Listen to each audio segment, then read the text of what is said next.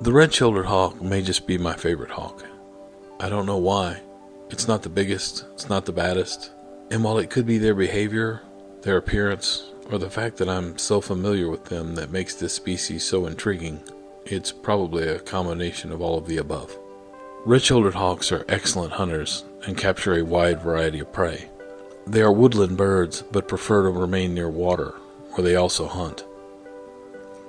The red-shouldered hawk is like the daytime version of the barred owl, which is probably my favorite owl. Both have similar feeding habits, share the same habitat, and even share a lot of the same range. There's a similar thing going on between the red-tailed hawk and the great horned owl as well. The red-shouldered hawk is pretty good in size, but it's considered medium for a hawk species. And while you might encounter a red-shouldered hawk way out in the middle of nowhere that is afraid of humans, you're just as apt to find them around suburban parks, living their lives among all the human activity. Another likable trait of red-shouldered hawks is they are very good parents. As of the making of this video, I am currently observing a family of red-shouldered hawks and learning something new every day. So far, among other things, I have not witnessed any sibling rivalry in the nest, which I understand can be common with raptors. Even the runt hasn't encountered anything negative from its siblings. However, he is quite vocal, probably telling mom and dad that he is hungry and needs to catch up to his big sisters. My fondness of the red-shouldered hawk goes all the way back to childhood. I have so many memories of the screaming flight calls of red-shouldered hawks each spring during my youth. And they start early, actually probably more like late winter, in February or March. But to me, hearing their screaming calls is a harbinger of spring where I live, and I love hearing that.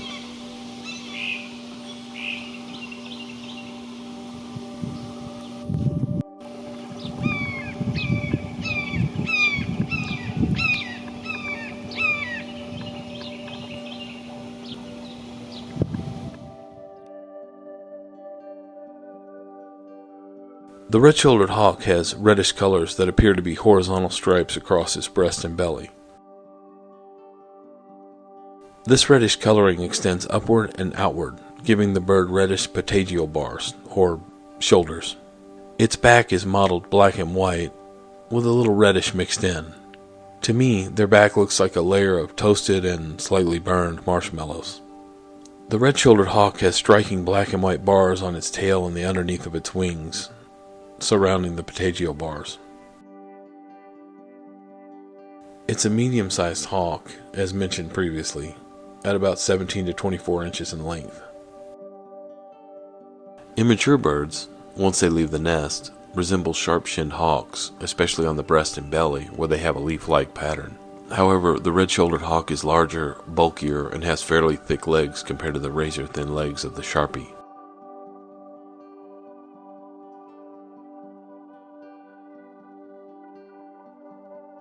Typical habitat includes heavily forested areas, especially moist hardwoods. However, they also inhabit overgrown pastures, roadsides, and even suburban and urban areas as well. Red-shouldered hawks usually nest and hunt near water. They eat small animals such as mice, rats, voles, snakes, frogs, and crayfish. They often perch on tree branches, fence posts, and utility wires, scanning the ground for movement of prey. They then leap from their perch and glide gently down to grab up the unsuspecting food source. And I gotta say this, since I've been watching this family of red-shouldered hawks, as well as the previously mentioned prey, I've also seen them eat fish, lizards, and small turtles. I once happened upon an odd scene along the side of the highway. A red-shouldered hawk was eating another red-shouldered hawk. I'm certain the living bird was quite hungry, or it wouldn't have been doing that. I've seen cannibalism in nature before, but I think this was the first time I'd seen it with birds. I wondered if the deceased hawk may have been hit by a car. Since the incident took place on a roadside, the idea is certainly plausible.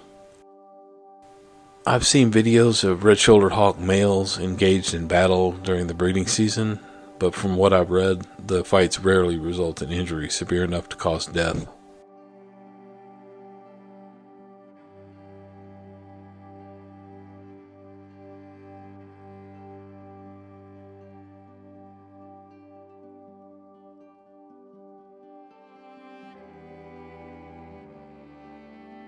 Here's a map showing the range of the red-shouldered hawk, courtesy of the National Audubon Society.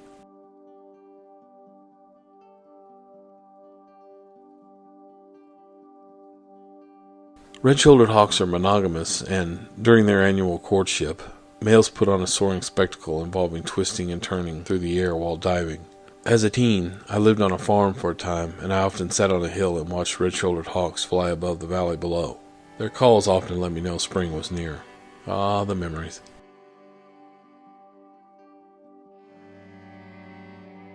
Red-shouldered hawks typically place their nests in a broadleaf tree, occasionally a conifer, below the forest canopy but toward the treetop, usually in the crotch of the main trunk. Nest trees are often near a pond, stream, or swamp and can be in suburban neighborhoods or parks. Both male and female build nests, usually high in a tall tree, such as an oak or sycamore. The female will lay from 2 to 4 eggs and often spends the most time tending the nest, while the male hunts and brings back food. Occasionally, Dad will tend to the eggs and nestlings, probably when Mom needs a break. They only have one brood per year, as nesting is a long process for these birds. Incubation time is an incredible 35 days or so. Nestlings fledge after about 40 to 50 days, and Mom and Dad will continue to feed them for another 2 months or so.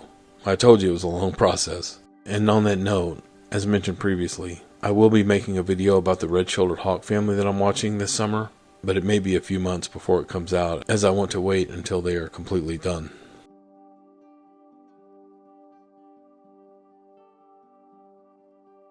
According to the Cornell Lab of Ornithology, the oldest known red-shouldered hawk was nearly 26 years old when she, after being banded in 1974, was captured and re-released in 2000. Touching on something I spoke about earlier, whereas the immature red-shouldered hawk and immature sharp-shinned hawk have a leaf-like pattern on the breast and belly, the similar in appearance immature Cooper's hawk has a pattern that resembles chocolate raindrops, as seen here. For me, that's the quickest way to distinguish between these three birds when they're in the immature phase. There are other ways as well, it's just that for me that's the quickest. Well, that's it for now. Please keep an eye out for that video about the red-shouldered hawk family. And I hope you enjoyed this video. Thank you for watching.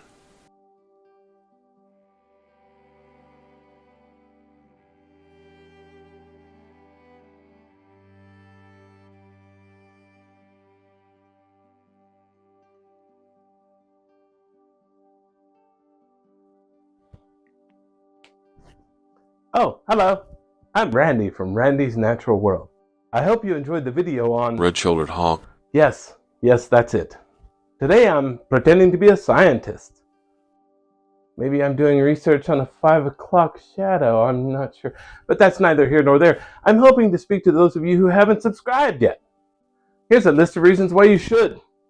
It's free. You can't beat that price. Number 2, quality content. Always quality content. Number 3, YouTube allows unlimited subscriptions, so there's no reason not to. Anyway, number 4, are you a procrastinator? There's no need to procrastinate. And I know what you're thinking, Randy, I'll subscribe when I get around to it. Well, here's your round to it right here.